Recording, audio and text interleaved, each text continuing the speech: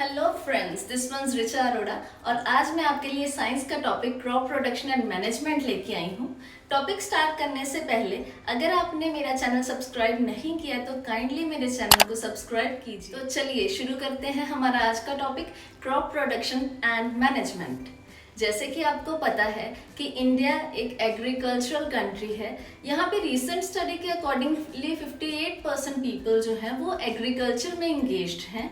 जैसे कि आपको पता है क्योंकि ज़्यादातर लोग एग्रीकल्चर में इंगेज्ड हैं तो आपको सारे क्रॉप प्रोडक्शन एंड उसके मैनेजमेंट के बारे में भी जानकारी होनी चाहिए।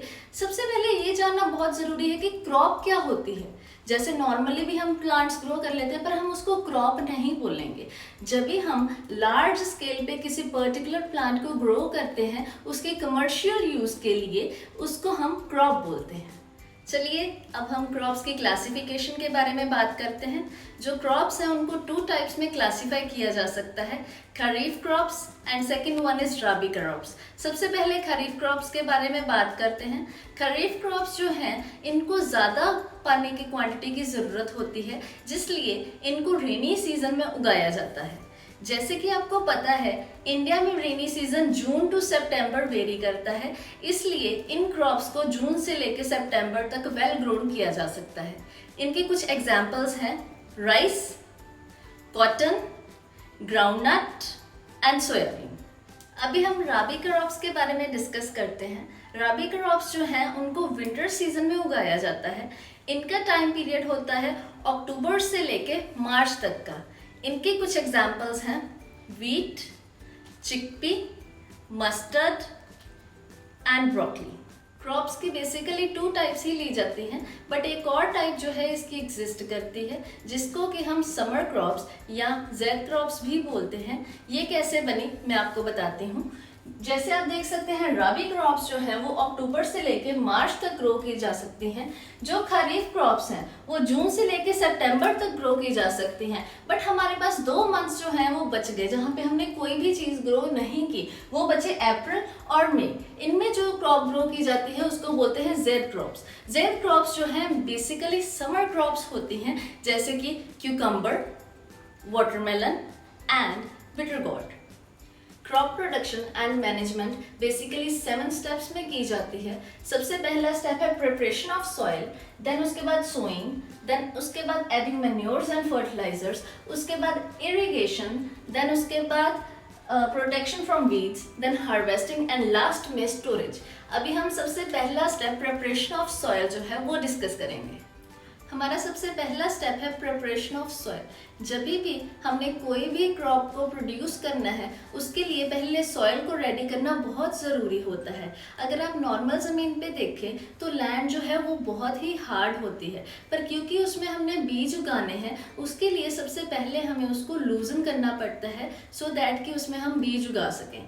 इसके लिए हमारे पास जौन से एग्रीकल्चरल इम्प्लीमेंट्स यूज़ होते हैं मैं उनके बारे में आपको बताने जा रही हूँ। सबसे पहले है प्लो, जिसको हम हिंदी में हल भी बोलते हैं। आपने देखा होगा कि पुराने ज़माने में क्या था कि बैल की हेल्प से उस हल को चलाया जाता था, जिससे कि उसके पीछे जो बंदा औजार है जिसको हम हल बोलते हैं उसकी हेल्प से जो सॉयल थी वो लूजन हो जाती थी, जिससे कि हम इजीली जो है सीड्स को उगा सकते थे या बीज सकते थे।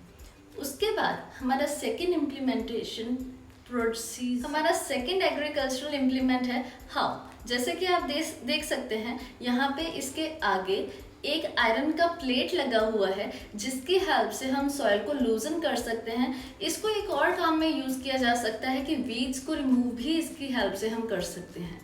हमारा जो थर्ड इम्प्लीमेंट है वो है कल्टीवेटर। जैसे कि आपने देखा कि अभी मॉडर्न टेक्निक की आने की हेल्प से सारी चीज़ें जो है उनकी मॉडर्नाइजेशन हो रही है, तो एग्रीकल्चर में भी हम ट्रैक्टर की हेल्प से कल्टीवेशन कर सकते हैं या प्रिपरेशन ऑफ सॉइल कर सकते हैं, जिससे ये जो सॉइल है ईजिली प्रिपेयर हो सकती है।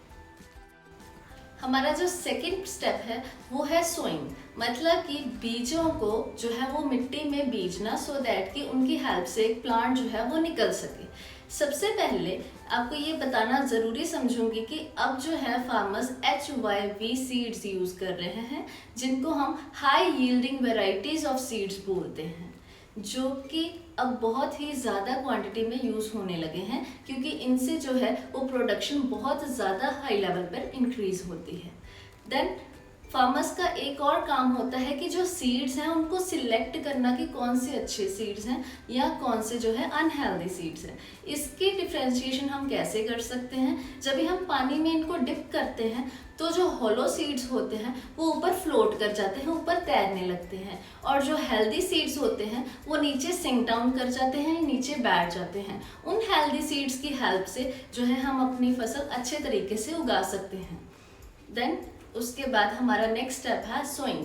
सोइंग के लिए पहले ट्रेडिशनल मेथड जो यूज़ किए जा सकते थे, मैं आपको दिखा रही हूँ कि यहाँ पे पहले 2 आगे बैल हैं, पीछे 2 आदमी खड़े हैं, इसके पीछे एक फनल लगा है, जो वो आदमी है उस फनल में सीड्स डाल रहे हैं। बैल कंटिन्यूटी में मूव करते हैं, जब भी बैल मूव करते हैं तो सीड्स ऑटोमेटिकली उस फनल की हेल्प से एक पाइप में जाते हैं और नीचे सीधा मिट्टी में गिर जाते हैं। उसके बाद जो है वो वहाँ पे बीज की प्रॉपर सॉइल में इम्प्लीमेंटेशन हो जाती है या उसमें मिक्स हो जाते हैं। इस ट्रेडिशनल मेथड के कुछ डिसएडवांटेज थी, जैसे कि ये इस मेथड से जो है सीड्स प्रॉपरली डिस्ट्रीब्यूट नहीं होते थे, ना ही उनकी इक्वल डिस्ट्रीब्यूशन होती थी।